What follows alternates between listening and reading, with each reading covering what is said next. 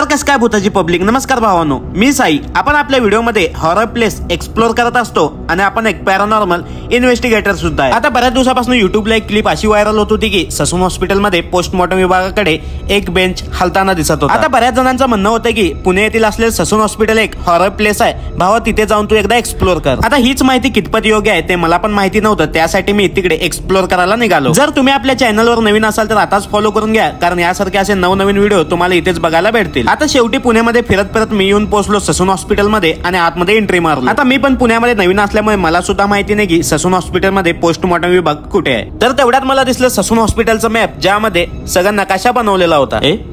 Postmortem विभाग कुठे आहे? इथं 28 नंबर, हा डेड हाऊस. शेवटी आम्हाला त्या नकाशामध्ये डेड हाऊस सापडलं होतं आणि ते 28 नंबरला होता, तर आम्ही निघालो त्याकडे. चल चल चल मेरे हाथी ओ मेरे साथी, अगर गलती से पकड़ लिया किसी भूत ने तो कहा भागेगा तू मेरे हाथी.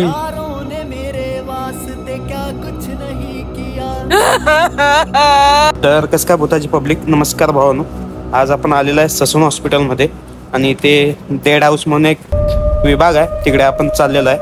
आता डेड हाऊस म्हणजे काय याची मी माहिती तुम्हाला देतोच पुढे ब्लॉग मध्ये, तर ब्लॉग बघत राहा.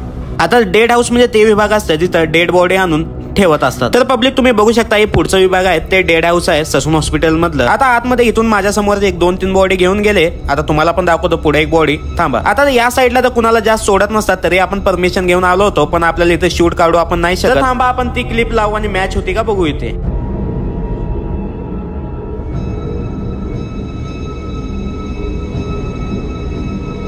आता मला तर वाटत नाही की हे लोकेशन इथलं आहे. आता मी तिथले अँब्युलन्स वाले आणि काही पोलीस वाल्यांना सुद्धा हा व्हिडिओ दाखवला, ते सुद्धा बोलले की हे लोकेशन इथलं नाही आहे. आता माझ्या मते तर हा व्हिडिओ दुसऱ्या हॉस्पिटल मधला असावा आणि एखादा प्रँक केलेला असं काही व्हिडिओ असावा असं तर मला वाटतंय. आता हा व्हिडिओ खोटा आहे हे मी कशावरून सांगतो हे मी तुम्हाला इथे सांगणार आहे. आता तर तुम्ही आधी ही क्लिप बघून घ्या नीट.